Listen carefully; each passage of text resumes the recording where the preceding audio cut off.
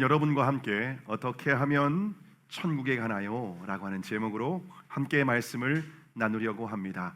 말씀을 통하여 성령님께서 각자에게 들려주시는 그 세미한 음성을 듣는 시간이 되기를 주님의 이름으로 축복합니다. 여름이 되면 우리나라에는 태풍이 참 한반도를 통과하는 것을 볼 수가 있습니다. 저희 부모님은 시골에서 농사를 짓는 분이십니다. 복숭아 농사를 짓는데요.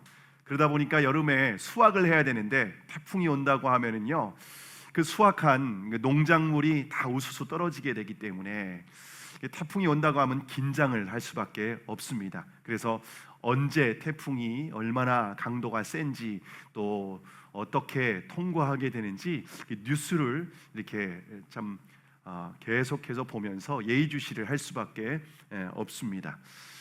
그런데 지난 여름에는요, 우리나라에 태풍이 하나도 지나가지 않았습니다. 그런데 지난 주간에 태풍 종다리가 한반도를 통과하게 되었습니다. 그런데 이번 태풍으로는요, 인명 피해가 하나도 없었습니다. 여러분, 이게 태풍이 이렇게 지나갔는지도 모르는 사람들도 아마 많이 있을 거예요. 오히려 이번 태풍으로 인해서 조금 선선한 바람이, 시원한 바람이 불게 돼서 참 오히려 반가운 태풍이다라는 생각도 들었습니다. 하지만 강력한 태풍이 지나가게 되면은요, 정말 많은 사람들이 목숨을 잃고 또 경제적으로도 엄청난 피해를 당하게 되는데요. 이제 신학교 다닐 때 기억에 남는데, 태풍 카트리나가 미국의 뉴올리언즈에 이렇게 상륙하게 되었습니다. 그때 그 카트리나로 인하여서 무려 1,800명 이상의 사람들이 목숨을 잃었고요, 경제적으로는 100조 이상의 손실을 피해가 있었습니다. 여러분, 그런데 그 당시에 이제 신학교에서 뉴올리언즈에 태풍이 강타했다라고 하는 것이 큰 이슈가 되었습니다. 왜 그런가 하면은 미국의 뉴올리언즈라고 하는 도시는요, 동성애로 그리고 또 성적으로 타락한 도시로 알려져 있었기 때문에 그렇습니다. 그래서 신학교에서 그때 어떤 논쟁이 있었는가 하면은요, 태풍 카트리나는 하나님의 심판인가 아니면 자연 재해일까? 이런 질문을 두고 신학교 이렇게 수업 시간에 학생과 교수님들 사이에 뜨거운 논쟁이 있었습니다. 여러분은 어떻게 생각을 하십니까? 그 당시에 보수적인 신앙을 가진 사람들은 대부분 하나님의 심판이다라고 생각을 했습니다. 왜냐하면 그만큼 타락한 도시였기 때문에 하나님께서 태풍으로 심판하신 거다라고 생각을 했던 겁니다. 자, 그런데 그 당시에 뉴올리언즈에서 신학을 공부하신 교수님이 이런 말을 하셨습니다. 뉴올리언즈가 성적으로 타락한 도시긴 하지만 한국은 뉴올리언즈보다 더 심각하게 타락했다. 이런 말을 하셔서 굉장히 큰 충격을 받았습니다. 뉴올리언즈에는 프렌치 쿼터라고 하는 그런 이게 특정 지역에서만 술에 취하고 성적으로 타락한 일들이 벌어지게 된다는 겁니다. 여러분, 그런데 우리나라는 어떻죠? 우리나라는 저녁만 되면은요, 술 취한 사람을 어렵지 않게 볼 수가 있지 않습니까? 최근에 유명 가수가 이렇게 술에 만취한 상태로 음주운전을 하게 되고, 또 세계적인 그런 아이돌 그룹이 또 그렇게 무슨 그 전동 카트를 또 이동해가지고서 그게 또 사회적으로 큰 이슈가 되기도 했습니다. 여러분, 성적인 타락도 우리나라는요, 압도적인 1위입니다. 우리나라는 간통법이 폐지가 된 나라가 우리나라 아닙니까? 왜냐하면 너무 많은 그런 문제가 발생하기 때문에 성적인 타락도 얼마나 심각한지 모릅니다. 여러분, 뉴올리언즈가 타락했기 때문에 하나님의 심판을 받았다면 우리나라도 하나님의 심판에서 결코 자유로울 수 없다는 것을 분명히 알아야만 합니다. 자, 그러면 예수님께서 이런 문제에 대해서 어떻게 말씀을 하실까요? 오늘 보면 1절에서 3절까지의 말씀을 함께 읽겠습니다. 시작. 시작. 그때 마침 두어 사람이 와서 빌라도가 어떤 갈릴리 사람들의 피를 그들의 제물에 섞은 일로 예수께 아뢰니 대답하여 이르시되 너희는 이 갈릴리 사람들이 이같이 해 받음으로 다른 모든 갈릴리 사람보다 죄가 더 있는 줄 아느냐? 너희에게 이르노니 아니라. 너희도 만일 회개하지 아니하면 다 이와 같이 망하리라. 예수님 당시에 가장 핫한 뉴스가 있었는데요, 당시에 유대 총독으로 있던 빌라도가 갈릴리의 사람들을 일부를 학살한 사건입니다. 죽인 거죠. 무참히 학살하고 죽였습니다. 그런데 당시에 이게 점점 충격적인 이 사건이 충격적인 이유는 유대인들은 하나님께 예배를 드릴 때 제물을 잡아서 드렸는데 그 사람들의 빌라도가 학살한 사람들의 피를 제물에 섞어서 하나님 앞에 드렸던 거예요. 유대인들은 하나님께 드리는 성전에서 드리는 제사를 굉장히 중요하게 생각하는데 사람의 피를 이렇게 거룩한 제물에 섞어서 드렸기 때문에 이게 사회적으로 큰 파장이 있었습니다. 그 소식을 들은 사람들은 어떻게 생각했는가 하면 그 갈릴리 사람들 중에서 빌라도에게 학살당한 사람들은 갈릴리에 사는 다른 사람들보다 죄가 더 많기 때문에 그렇게 학살당한 거다, 죽은 거다, 다시 말하면 하나님의 심판을 받은 거다라고 생각을 했다는 겁니다. 마치 뉴올리언즈의 태풍이 하나님의 심판이다라고 생각했던 것과 같습니다. 하지만 예수님은 뭐라고 말씀하십니까? 그들의 죄가 더 크기 때문에 그렇다는 것이 아니다라고 하는 것입니다. 오히려 너희도 회개하지 않으면 다 이와 같이 망하게 될 것이다 라고 말씀을 하고 있습니다.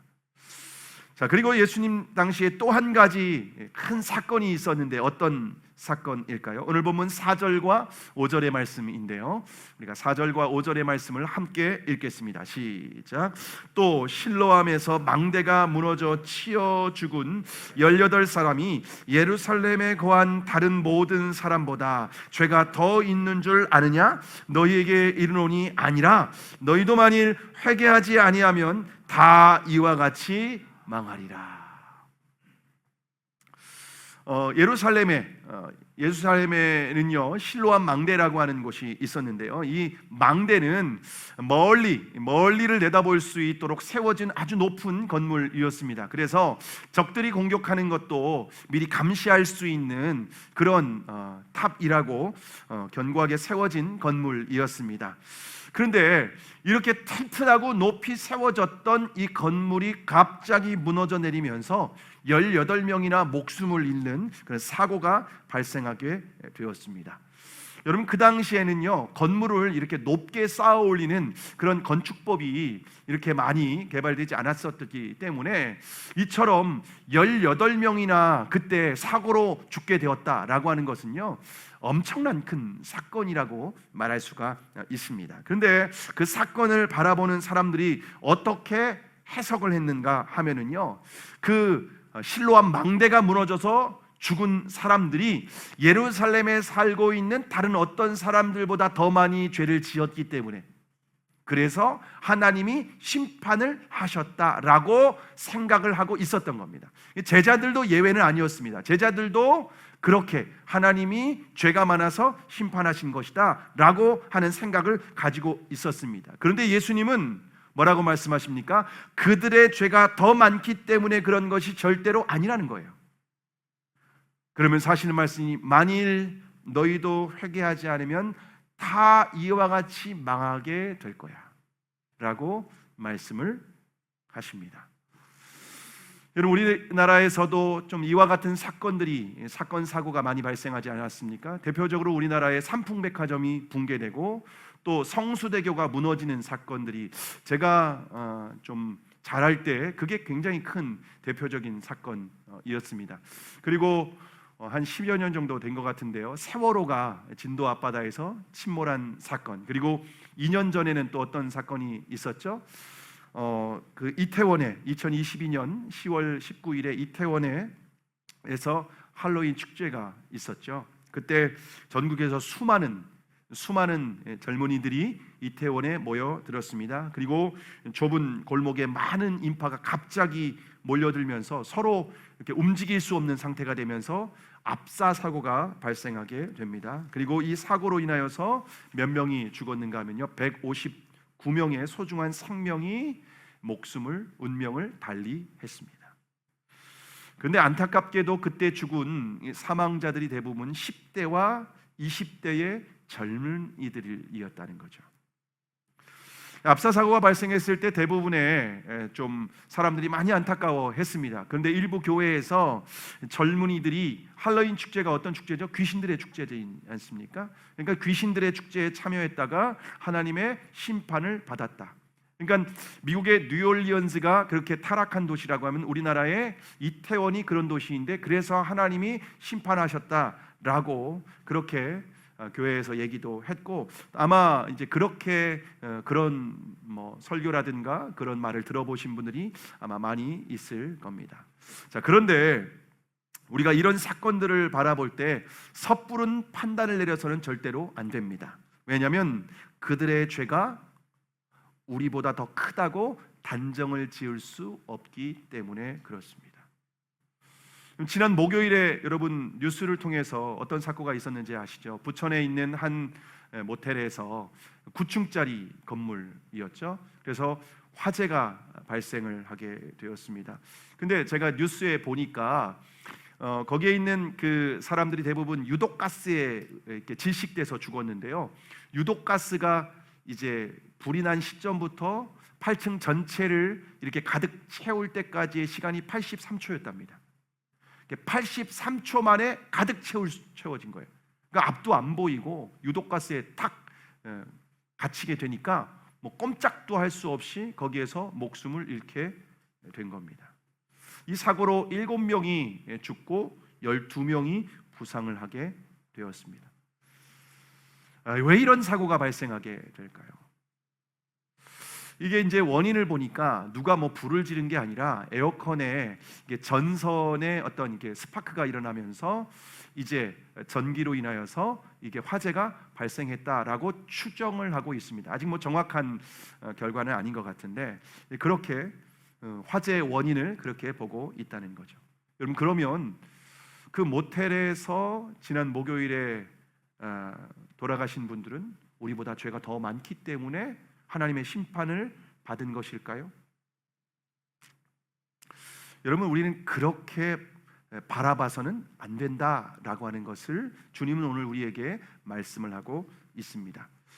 여러분, 왜 우리가 이런 생각을 가지고 있냐면 우리는 이렇게 인과응보의 사상을 가지고 있기 때문에 그렇습니다. 하나님은 죄에 대해서는 반드시 징계하시고 심판하시고 의에 대해서는 상을 주시는 분이시기 때문에 우리가 이제 그런 사고, 그게 실제로 신명기에 보시면은 그런 인과응보의 사상이 있기는 합니다. 우리 이제 그런 기본적인 이 시각으로 모든 것을 바라보려고 하는 경향이 있다는 겁니다. 그런데 성경에 보시면요, 그렇지 않은 경우도 참 많이 있습니다.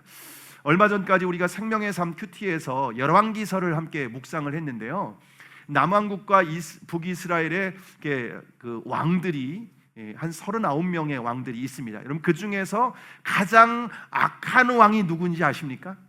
가장 악한 왕이 누군가 하면 바로 므낫세입니다. 므낫세라는 왕인데요, 이 므낫세 왕이 얼마나 하나님 보시기에 악한 왕이었느냐면요, 여러분이 이사야 선지자 있지 않습니까?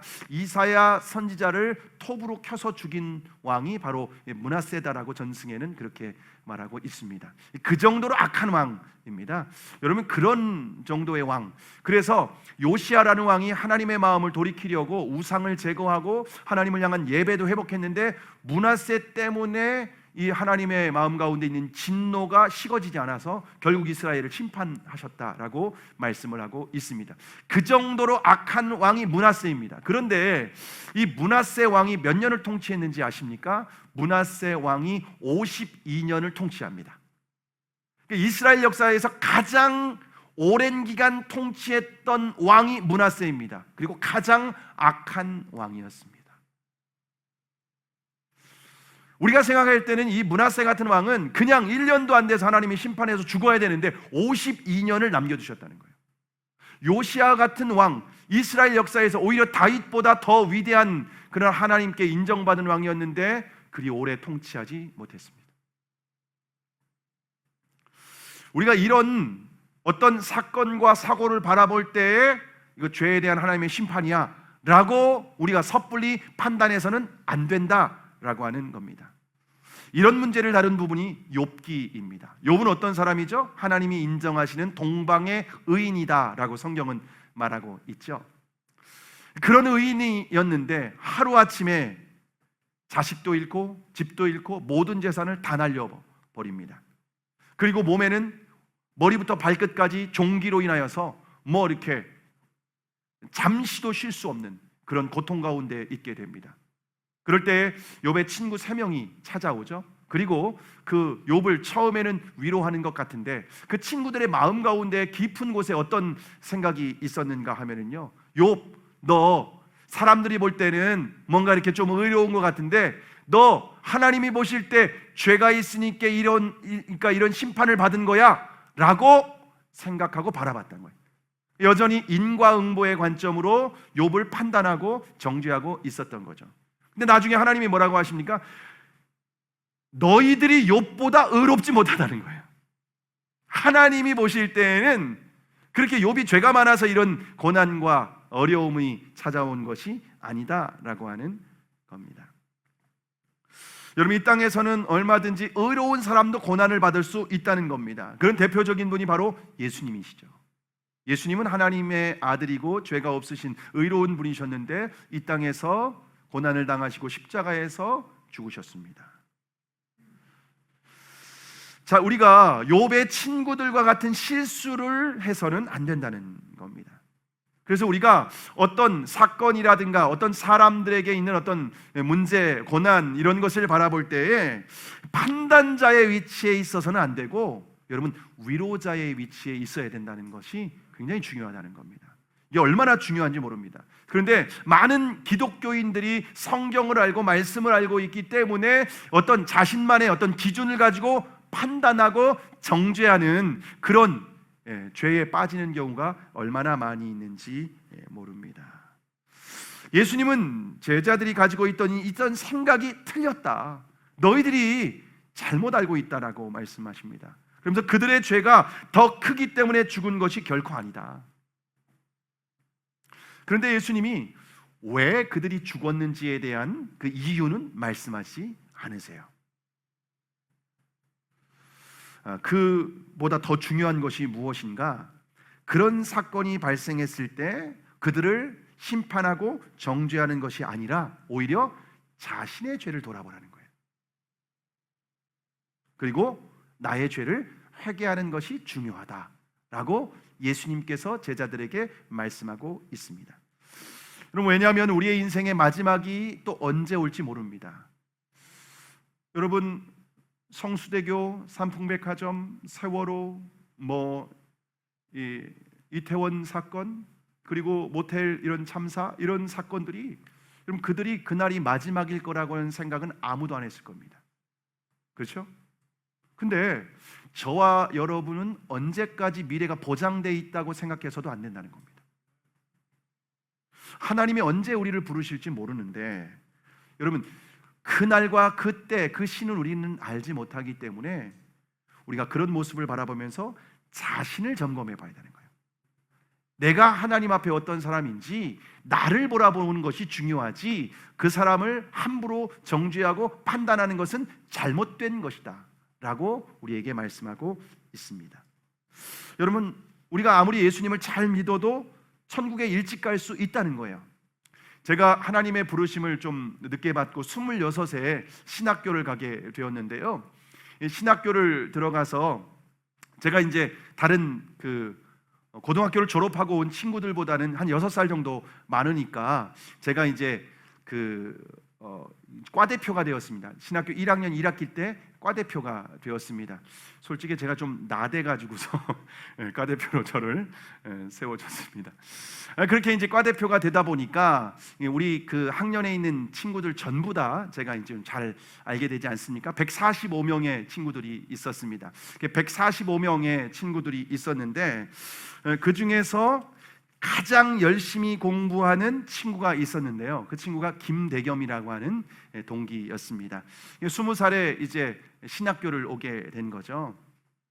근데 이 친구는 공부도 제일 열심히 해서 1학년을 마칠 때 우리 과에서 1등을 한 친구입니다. 그리고 신앙도 좋고 성품도 좋고 다른 사람들을 그래서 얼마나 배려하는 친구였는지 모릅니다. 그래서 모든 친구들이 그 친구를 좋아했습니다.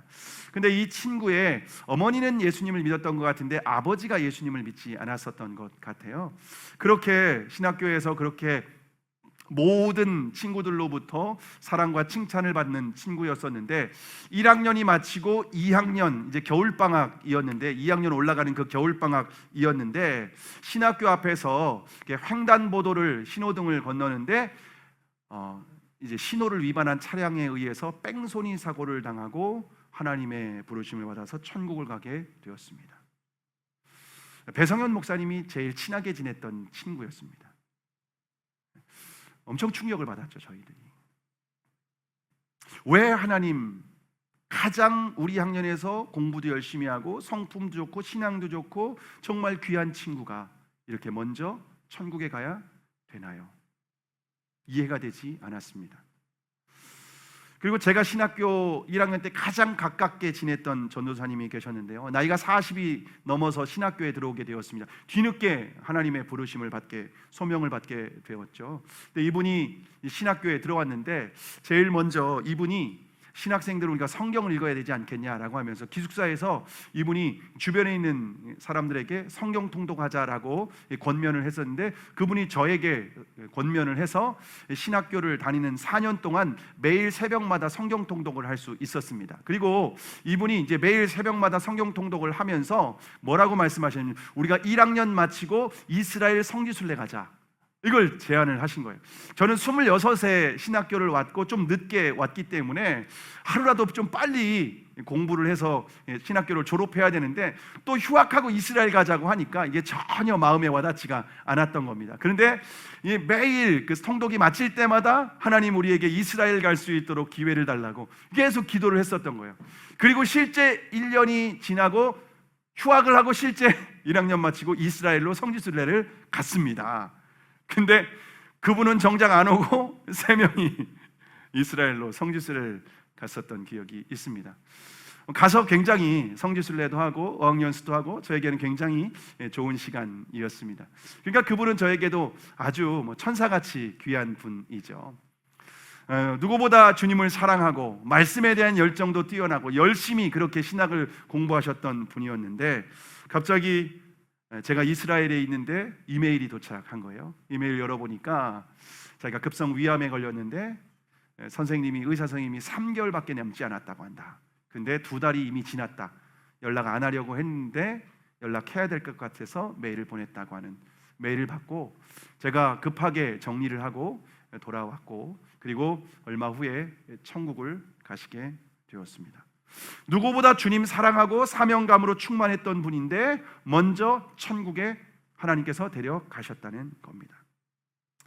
여러분, 왜 의로운 사람이 이렇게 고통을 받을까요? 왜 선한 사람에게 시련이 찾아올까요? 왜 예수님을 잘 믿는데 일찍 천국에 가게 되는 걸까요? 왜 예수님을 잘 믿는데 암에 걸릴까요? 왜 예수님을 잘 믿는데 사업에 망하고 억울한 일을 당하게 될까요? 여러분은 이해가 되십니까? 저는 하나님의 뜻이 이해가 되지 않더라고요. 그래서 원망하기도 하고 따지기도 하고 하나님 앞에 너무 서운하다고 라고 통곡하며 기도했던 적도 많이 있습니다. 근데 여전히 제가 마음에 깨끗하게 해결되지 않아요. 왜 그랬는지. 그래서 천국 가면 주님께 물어봐야겠다라고 하는 마음이 있습니다. 자, 제가 하나님의 뜻을 다 이해할 수는 없습니다. 그런데 제가 여러분에게 명확한 사실 2가지는 말씀을 드릴 수 있습니다. 첫 번째는 하나님이 보실 때 의인은 아무도 없다는 거예요. 우리는 욥과 같은 사람이 의인이다라고 생각을 합니다. 참 저 사람은 법 없이도 살 사람이야 라고 우리는 생각을 합니다. 자, 그런데 로마서 3장 10절에서는 뭐라고 말씀하실까요? 함께 읽겠습니다. 시작.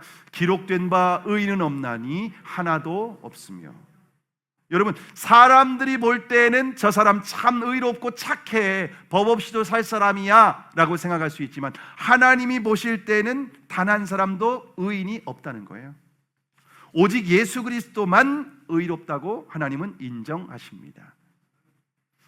자, 그래서 로마서 3장 23절에서 우리에게 또 이렇게 말씀을 합니다. 함께 읽겠습니다. 시작. 모든 사람이 죄를 범하였음에 하나님의 영광에 이르지 못하더니. 우리 모두는 죄인이라는 거예요. 의인이 하나도 없다는 거예요. 그래서 하나님의 영광으로 가득 찬 천국에 들어갈 수 있는 자격을 갖춘 사람은 아무도 없다. 이게 성경에서 말하고 있는 진리라는 겁니다. 그래서 우리가 받는 고난, 우리가 받는 형벌, 우리가 받는 시련, 이거는 억울한 것이 아니라는 거예요. 오히려 죄인들에게 마땅한 형벌이라는 거예요. 이것을 일단은 우리가 중요한 전제로 가지고 있어야 된다는 겁니다. 자, 그러므로 우리에게 때로는 고난이 찾아올 때가 있습니다.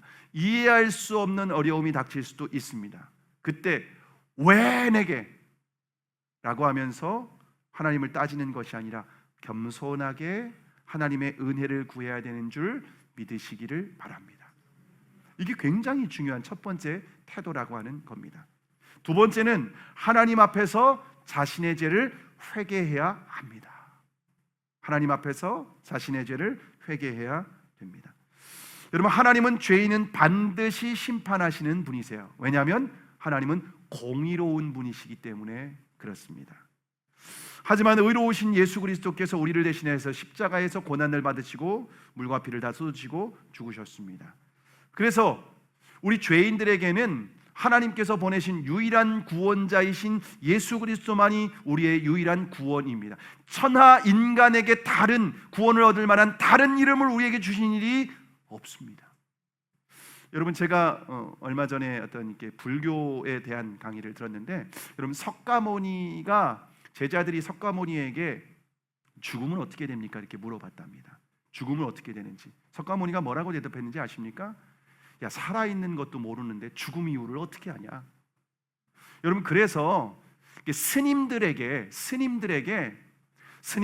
스님은 죽어서 극락 가실 수 있습니까? 라고 말하면 단 한 사람도 저는 죽어서 천국 갈 수 있습니다, 극락 갈 수 있습니다 라고 말하는 사람은 단 한 명도 없답니다. 여러분, 그런데 하나님께서 우리가 구원받을 수 있는, 천국 갈 수 있는 유일한 구원자를 보내주셨는데 그분이 바로 예수 그리스도입니다. 자, 그런데 우리가 천국 가기 위해서는 예수 그리스도를 믿고 천국을 갈 수 있다고 약속하셨는데, 그런데 우리가 예수님을 믿기 위해서는 반드시 필요한 전제 조건이 있습니다. 그 전제 조건은 바로 회개입니다. 하나님 앞에서 회개하는 사람은 예수님 믿고 구원받을 수 있는 거예요. 그러나 회개하지 않는 사람은 기회가 없습니다. 성경에서는 이미 하나님의 진노가 그 위에 있다. 자, 그래서 예수님께서 이 땅에 오셔서 첫 번째로 하신 설교가 뭐죠? 마태복음 4장 17절의 말씀인데요, 함께 읽습니다. 시작. 이때부터 예수께서 비로소 전파하여 이르시되 회개하라, 천국이 가까이 왔느니라 하시더라. 천국이 다가왔기 때문에 회개하라는 겁니다. 자, 그런데 침례 요한의 메시지도 회개하라 있고요, 베드로가 오순절날 성령에 충만한 이후에 전한 첫 번째 메시지도 회개하라입니다. 성령에 충만한 스데반이 전한 메시지도 회개하라입니다. 여러분, 회개해야 천국이 있습니다. 회개해야 소망이 있습니다. 회개해야 미래가 있습니다. 회개해야 하나님의 심판에서 구원받을 수 있습니다. 만약 회개하지 않으면 하나님의 심판과 영원한 지옥의 형벌만이 기다리고 있을 뿐입니다. 자, 그러면 천국은 누가 들어갈 수 있을까요? 여러분, 천국은 의로운 사람만 들어갈 수 있는 나라입니다. 그런데 문제는 의인이 하나도 없다고 했잖아요. 의인이 하나도 없다고 해서 하나님께서 천국에 들어갈 수 있는 다른 길을 열어놓으셨는데 그것이 바로 회개하는 사람이 들어가는 길입니다. 의인은 없으니까, 천국은 의로운 자만 들어갈 수 있는데 의인은 없으니까 회개하는 자만 들어갈 수 있도록 하나님께서 은혜를 베풀어 주셨습니다. 자, 그런데 문제가 뭘까요? 회개하는 자가 천국 갈 수 있다고 하는데 이 세상에 있는 대부분의 사람들은 자신의 죄를 인식하지 못하고 있다는 겁니다. 이게 심각한 문제입니다. 회개한다면은요, 뭐가 전제돼야 될까요? 아, 내가 죄인이구나, 이걸 인식해야 돼요. 그래야 회개할 수 있는 기회가 있어요. 근데 내 죄를 인식 못해요. 그래서 회개할 기회를 잃어버리는 거예요. 이게 너무나도 안타까운 일입니다. 물론 제가 사람들에게, 예수 믿지 않는 사람이든지 누구에게 당신은 죄인입니까? 의인입니까? 라고 물어보면 뭐라고 대답할까요? 뭐라고 대답할까요? 죄인이라고 대답하겠죠. 왜냐하면 지금까지 살아오면서 뭐 남을 미워한 적도 한 번도 없지 않거나 뭐 거짓말을 해보지 않은 적이 없기 때문에 다 뭐 거짓말 한두 번씩은 다 하고, 솔직히 한두 번입니까? 하루에 수십 번을 하지. 그러니까 이제 제가 죄인은 죄인 맞죠? 뭐 내가 뭐 의인이라고 생각하지는 않습니다. 이렇게 대답을 할 겁니다. 그러면 제가 이렇게 질문합니다. 그러면 당신은 지옥에 갈 만큼 죄인입니까? 그럼 뭐랄까요? 펄쩍 뜁니다. 무슨 제가 목사님 날 보고 어떻게 보고 그렇게 보시는 거예요? 뭐 제가 뭐 지존파, 막가파 같이 비양심적으로 사는 사람 같습니까? 나름대로 양심적으로 열심히 살아왔습니다. 제 주변에 있는 사람들, 좀 그중에 불쌍한 사람들이 있으면 외면하지도 않고 도와주기도 했습니다. 사람들이 저보고 뭐라고 하는지 아십니까? 야, 진짜 너는 법 없이도 살 사람이다. 그런 말을 듣고 살았습니다. 그런데 무슨 지옥 갈 죄인이라고 그런 심한 말을 하십니까? 그런 사람들이 이제 교회 딱 오면은요, 당신은 죄인입니다 이런 얘기를 하면은 막 기분 나쁜 거예요. 막 부담스러운 거예요. 나 그렇게까지 죄인 아닌데. 오히려 예수 믿는 사람들보다 내가 더 괜찮다는 소리를 많이 듣는데 뭐 그렇게 죄인이라고 그렇게 심하게 말을 하나. 왜 그런 생각을 할까요?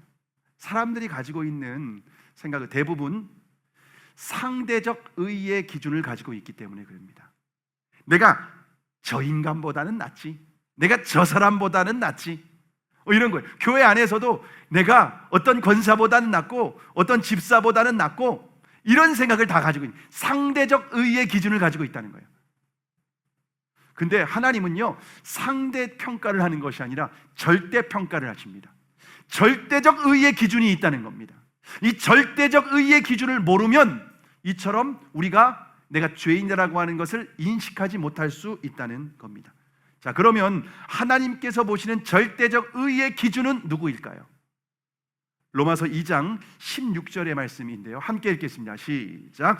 곧 나의 복음에 이른 바와 같이 하나님이 예수 그리스도로 말미암아 사람들의 은밀한 것을 심판하시는 그 날이라.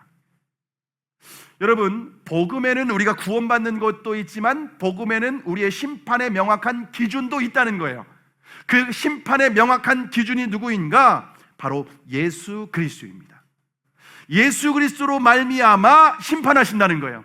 다시 말하면 예수 그리스도께서 모든 의의 기준이 되신다는 거예요. 근데 우리를 심판하실 때 겉으로 드러난 것만 심판하시는 것이 아니라 은밀한 우리의 마음과 생각과 동기와 모든 것까지라도 다 심판을 받게 되는 겁니다. 기준이 누구라고요? 예수님이십니다. 여러분, 그 예수님은 어떻게 사셨죠? 예수님은 의로우신 분이시고 죄 없으신 분이셨는데 죄인들을 위해서 자신의 생명을 십자가에 내어주신 분이십니다. 여러분, 예수님은 사랑하는 제자들을 끝까지 사랑하셨습니다. 그들에게 한결같은 은혜와 사랑을 베풀어 주셨습니다. 그런데 제자들이 결국 예수님을 배신하고 저주까지 했어요. 모른다고. 근데 예수님은 끝까지 사랑하셔요. 그리고 죽으시고 부활하신 후에 제자들에게 따라가서, 야, 너희들은 참 양심도 없는 인간이구나. 너는 참 해도 너무한다 라고 말씀하시지 않고 그들을 다 용서하시고 그들을 품으시고 그들에게 다시 사역할 수 있는 기회를, 사명을 주시고 결국 그들이 세상에 온 땅에 복음을 전하는 전도자들이 되었습니다. 여러분, 예수님은요 자기를 십자가에 못 박기 위해서, 팔아 넘기기 위해서 이 의도를 가지고 있는 가룟 유다도 끝까지 사랑하셔요. 끝까지 기회를 주시고 끝까지 회개할 수 있도록. 근데 가룟 유다가 거부한 거예요. 여러분, 그 예수 그리스도께서 심판의 기준이 되십니다. 생명까지 내어주신, 사랑을 하신 그분이 우리의 모든 의의 기준이 되어서 하나님 앞에서 철저히 심판을 받게 되는 겁니다. 생각, 동기, 의도, 마음, 그까지 다 우리의 인생 전체를 통틀어서 하나님 앞에서 그대로 심판을 받게 되는 겁니다. 그 심판 앞에서 여러분은 의인이십니까? 죄인이십니까? 자, 그러면 하나님께서 구체적으로 말씀하신 죄란 무엇일까요? 당신은 죄인입니다라고 하니까 기분 나빠하시니까 성경에서 말하는 죄가 뭔지를 알아야 되지 않습니까? 하나님께서 말씀하시는 죄는요 두 가지로 구분할 수가 있는데요, 원죄와 자범죄로 구분할 수가 있습니다. 원죄는 죄의 뿌리가 되고요, 자범죄는 죄의 열매라고 말할 수가 있습니다. 그럼 원죄란 무엇일까요? 원죄는 창세기 3장에서 보면은요 아담이 선악과를 따먹은 이유가 바로 원죄인데요, 왜 따먹었을까요? 창세기 3장 5절에 보시면요, 이 나무의 실과를 먹으면 내가 하나님과 같이 될 수 있다, 그리고 선과 악을 판단하는 기준이 바로 네가 될 수 있다 라고 사탄이 아담과 하와에게 유혹을 했죠. 그래서 따먹었습니다. 그것이 바로 원죄라는 겁니다. 바로 원죄는요, 하나님이 내 삶의, 이 세상과 내 삶의 주인이 아니라 내가 주인 되어 살아가는 삶이 바로 원죄다 말하는 것입니다. 내가 주인이 되었으니까 기준이 뭐죠? 내가 되는 거죠. 내가 알고 있는 지식, 내가 경험한 것, 내가 생각하는 것, 내가 느끼는 것이 모든 선과 악의 판단의 기준이 되는 겁니다. 여러분, 그런 사람들이 가정에서 함께 모였으니까 서로 부부싸움 할 때 어떻게 하죠? 자기가 옳다고 하는 거예요. 내가 옳다는 거예요. 남편은 자기가 옳다고 하고 아내는 자기가 옳다고 하는 거예요. 부모와 자식과의 이 갈등이 벌어져요. 서로 자기가 옳대요. 그래서 가정이 지옥이 되는 거예요. 이 세상이 왜 지옥이 되었을까요? 다 자기가 옳다고 하는, 내가 옳다, 내가 맞다라고 하는 사람이, 다 자기가 하나님 된 사람들이 다 그렇게 살아가니까 이 세상이 지옥이 되는 거예요. 근데 아담의 후손으로 태어난 모든 사람들이 다 이처럼 태어날 때부터, 어머니의 태중에 잉태될 때부터 내가 주인된 그 기준을 가지고 태어난다는 거예요. 그래서 다 자기 기준으로 살아가요. 자기중심적으로, 이기적으로. 다 내가 한 건 로맨스고 남이 한 건 다 불륜이죠. 모든 사람들이 가지고 있는 기본적인 이 딱 기준이 따로 이겁니다. 그런데 의의 기준은 우리가 아니라 하나님이시고, 하나님이 선과 악의 기준이 되시고 예수 그리스도께서 우리의 기준이 되신다는 겁니다. 자, 그러면은 이게 이제 원죄인데 자범죄는 무엇일까요? 자범죄는 내가 주인 되어 내 마음과 뜻대로 살아가는 삶의 결과들이 다 자범죄입니다. 그걸 로마서 1장 18절에서 32절까지 구체적으로 나열을 하고 있는데요, 다시 말하면 하나님을 마음에 두기 싫어하는 사람들의 죄가 무엇이냐라고 기록되어 있습니다. 첫 번째로는 하나님을 예배하지 않는 죄입니다. 좀 더 구체적으로 말하면 자연 만물을 보면 하나님이 살아계신 것을 분명히 알 수 있는데 하나님을 알려고도 하지 않고 영화롭게도 하지 않고 감사하지도 않고 살아가는 사람들, 마치 내가 잘나서 이 세상 살아가는 것처럼, 내가 잘나서 이 세상 태어나고 내가 잘나서 이 세상 너무나도 공기를 마시고 햇볕과 비를 맞이하고 하는 것들을 너무 당연하게 생각하는 거예요. 하나님을 예배하지 않는, 이게 바로 지옥 갈 죄라는 거예요. 두 번째로 성적인 죄입니다. 하나님을 떠난 인간은요, 말씀을 따라 살아가는 것이 아니라 본능을 따라 살아갑니다. 이 본능을 따라서 정욕을 행하게 되는데요, 온갖 성적인 죄를 범하게 되는 겁니다. 그 성적인 죄 중에서 가장 심각한 죄는 동성애입니다.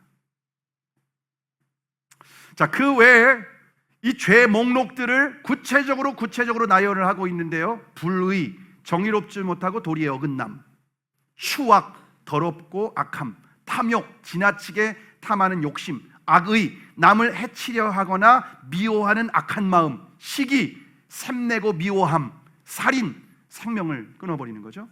근데 마음으로도 미워하면 살인이다 이렇게 말씀하셨어요. 예수님은. 분쟁, 서로 시끄럽게 다툼. 우리 가정에서 부부간에 얼마나 이렇게 시끄럽게 다퉜는지 여러분 기억나십니까? 사기, 못된 꾀로 남을 속임, 악독, 마음이 흉하고 독살스러움, 수군수군. 우리가 무슨 일이 있으면 뒤에서 수군수군 하잖아요. 이게 바로 지옥 갈 죄래요.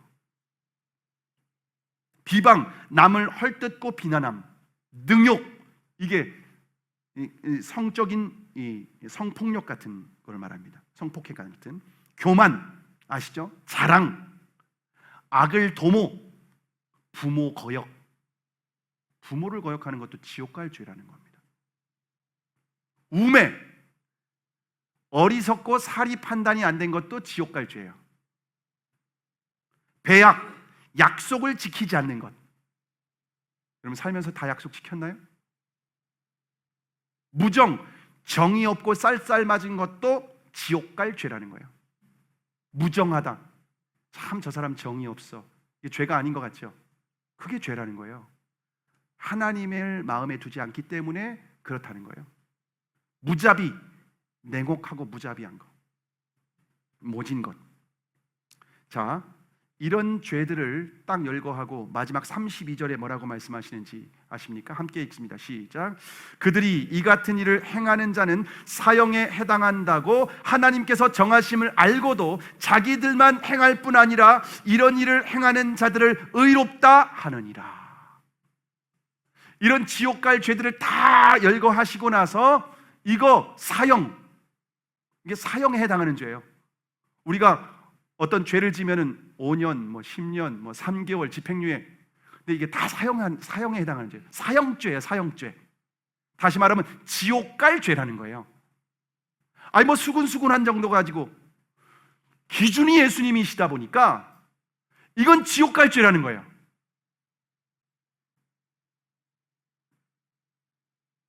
이 절대적인 의의 기준을 모르면 어떻게 될까요? 나는 되게 괜찮은 삶을 살았다고 생각해요. 그리고 죽어서 하나님 앞에 심판대에 섰어요. 좋은 판결을 기다리고 있는데 하나님이 뭐라고 말씀할까요? 너는 지옥이다. 왜 그럴까요? 의의 기준을 몰랐기 때문에. 만약 알았다면 회개할 수 있는 기회가 있었을 텐데 몰랐으니까. 모르니까 결국 그 기준을 몰랐으니까 돌이킬 수 있는 기회마저 잃어버렸던 거예요. 여러분은 의인입니까? 아니면 지옥 갈 죄인입니까? 성경은 영원히 변하지 않는 말씀이에요. 이 말씀 그대로 심판하십니다. 여러분 이 세상에 있는 사람 치고 죄인 아닌 사람이 한 명도 없고 100% 다 지옥 갈 죄인이에요. 100%. 그래서 요한일서 1장 8절에 보시면요, 함께 읽습니다. 시작. 만일 우리가 죄가 없다고 말하면 스스로 속이고 또 진리가 우리 속에 있지 아니할 것이요. 죄 없다고 생각하는 사람들이 가끔 있죠. 아니 나 정도면 새빨간 거짓말이에요. 진리를 모르는 거예요. 심판을 모르는 거예요. 하나님을 모르는 거예요. 생명의 말씀을 모르는 거예요. 그런데 여러분 이 착각에 빠진 사람들이 누군지 아십니까? 예수님 당시에 보면은요, 이 착각에 빠진 사람들이 바로 종교인들이었습니다. 왜냐하면 나는 종교를 가지고 있고 나는 말씀도 알고 하나님을 예배도 하고 기도도 하고 말씀도 알고 있기 때문에 그래도 나는 괜찮은 사람이지, 내가 하나님 없는 저 세상 사람들보다는 착하잖아, 거짓말도 좀 덜하고 그래도 남 예배도 드리고 말씀도 알고. 반면에 세상에서 그 당시에 가장 지탄받는 세리, 창녀들,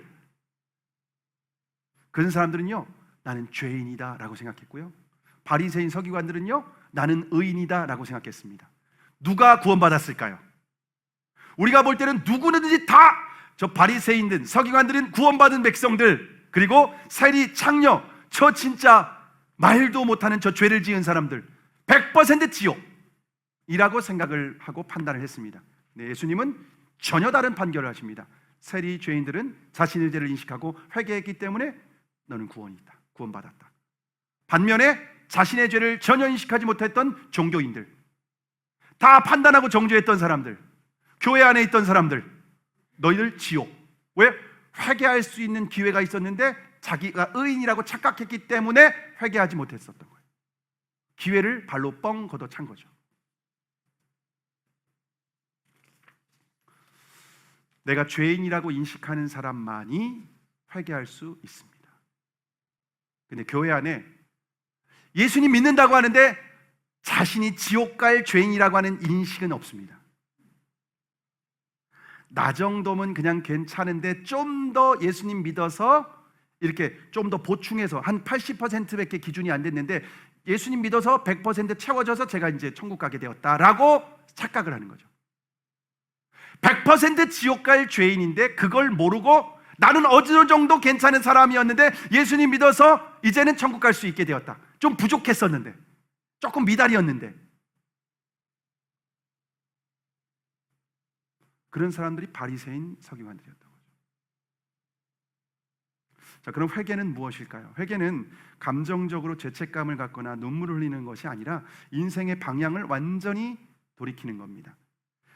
다시 말하면 예수 그리스도를 마음 가운데 주님으로 모시고 살아가는 겁니다. 그 이전에는 이제 내가 주인된, 아담의 후손으로 태어난 모든 인간이 내가 주인된, 내가 주인이 되고 내가 기준이 되고 내가 원하는 대로 내 뜻대로 살아갔던 삶이라면 이제는 모든 내 생각과 기준과 감정과 내 모든 경험들을 다 내려놓고 이제는 예수님이 주인된 삶, 예수님이 말씀하시는 대로, 예수님이 인도하시는 대로. 이전에는 좌가 옳은 거라고 생각했는데 예수님이 우가 옳다고 하면 그것이 옳다고 믿고 따라가는 거예요. 그렇게 살아가는 사람을 회개했다라고 말합니다.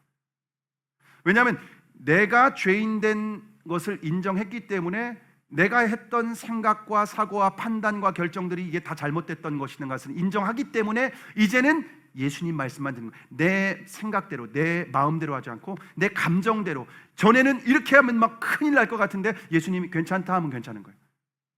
전에는 이렇게 하면 너무 좋아했는데 야, 그거 큰일이다. 그러면은 큰일인 거예요. 기준이 예수님인 거예요. 이제 그러게 바로 회개하고 예수님 믿는 거예요. 교회 다니고 예배 드리고 성경 좀 알고 있고 교회에서 직분 받았으니까 회개한 게 아니라. 자, 그런데 이 회개는 한 번으로 끝나지 않고 계속돼야 됩니다. 왜냐하면 우리가 회개라는 것은요, 예수님 믿고 예수님 영접하게 되면, 주님으로 영접하게 되면요, 우리의 신분이 이제 바뀌게 된 거예요. 죄인에서 의인으로. 근데 여전히 우리의 본성, 우리의 수준은 여전히 죄인입니다. 그 습관이 여전히 남아있는 거예요. 근데 예수님은 우리 안에 빛으로 오신 거예요. 생명으로 오신 거예요. 어둠 가운데 드디어 빛이 비추게 되었던 거예요. 그러니까 이전에는 전혀 죄라는 것도 인식하지 못했는데 빛이 비추었으니까 이제 인식이 되는 거예요. 마치 깜깜한 방에서는 뭐가 어디 있는지 아무것도 몰랐는데 빛이 착 조명이 들어오니까 이게 여기 있었네. 썩은 냄새가 나는 게 여기에 있었는데 이거를 안 버렸으니까 진동을 했었던 거구나. 바퀴벌레, 이 더러운 게 여기에 있었구나. 쥐가 여기에 있었네. 그러니까 이렇게 병균이 있었고, 이게 생명의 빛 되신 예수님이 빛을 비추어 주니까 이게 비로소 내 안에 있는 죄가 비춰지고 보여지게 되는 겁니다. 그러면 그 빛 앞에서 이제는 우리의 죄를 계속해서 회개해 나가는 겁니다. 내 말에, 내 생각에, 내 결정에, 내 가정에서 자녀를 대하는데, 내가 배우자를 대하는데, 내가 부모님을 대하는데 이런 게 다 죄였구나. 이게 빛이 들어오니까 인식하게 되는 거예요. 회사에서 이게 내가 죄가 아닌 줄 알았는데 이게 죄구나. 지옥 갈 죄구나.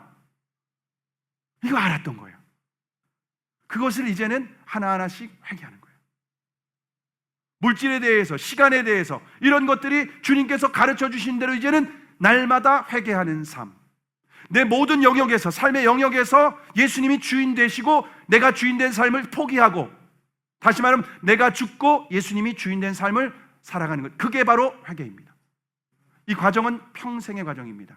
자, 그런데 여러분, 심판의 기준이 명확하게 정해졌잖아요. 그러니까 예수님이 우리의 기준이 되는 거예요.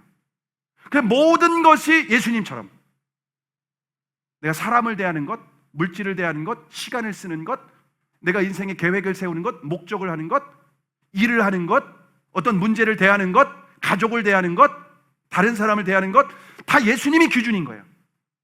원수, 예수님은 용서하고 사랑했잖아요. 근데 이전에는 이걸 용서 못하는 거예요.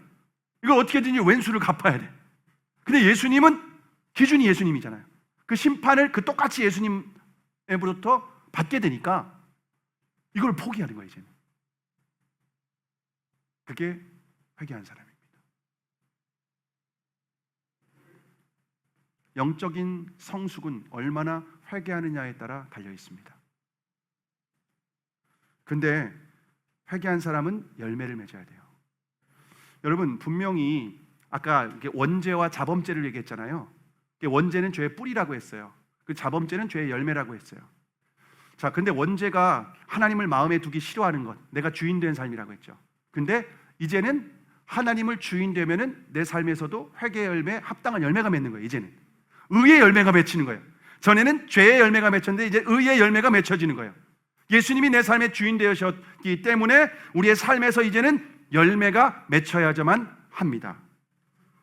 그 합당한 열매는 뭐냐면요, 겸손입니다. 하나님 앞에서 자신이 죄인이라는 것을 인식했기 때문에 교만할 수가 없습니다. 더 이상 자기를 자랑하거나 드러낼 게 없는 거예요. 그리고 다른 사람에 대해서는 어떻게 돼야 될까요?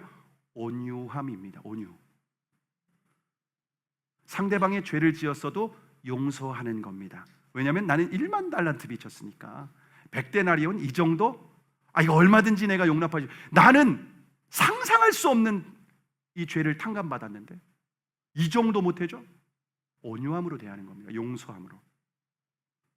그리고 아직 회개하지 못한 사람들을 바라볼 때는 정죄하고 저 인간 왜 저래? 라고 지옥 갈 죄인이다라고 판단하는 것이 아니라 긍휼한 마음으로 인내하는 겁니다. 왜냐하면 내가 저런 사람인데 지옥 갈 죄인이었는데 내가 은혜로 구원받았으니까.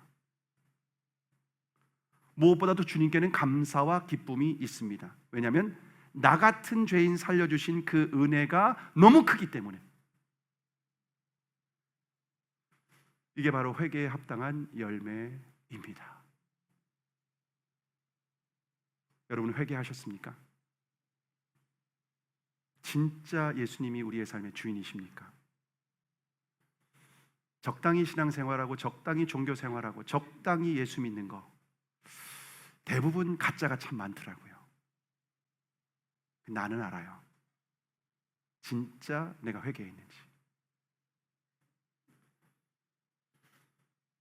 오직 내가 주인 된 삶을 회개하고 예수 그리스도를 주님으로 믿고 따라가는 사람만이 구원받고 영원한 생명을 얻는 사람입니다. 우리의 인생 가운데 수많은 사건 사고가 앞으로도 계속 있을 겁니다. 그럴 때 판단자의 위치에 있는 것이 아니라 주님 앞에서 내 죄를 달아보고 그리고 또 우리는 또 다른 사람을 섬기고 사랑하면서 그들에게 또 복음을 전하는 삶을 이 땅에서 살아가야 될 줄로 믿습니다. 이것이 바로 그리스도인, 구원받은 그리스도인, 회개한 사람들이 마땅히 맺어야 될 열매인 줄을 믿으시기를 바랍니다.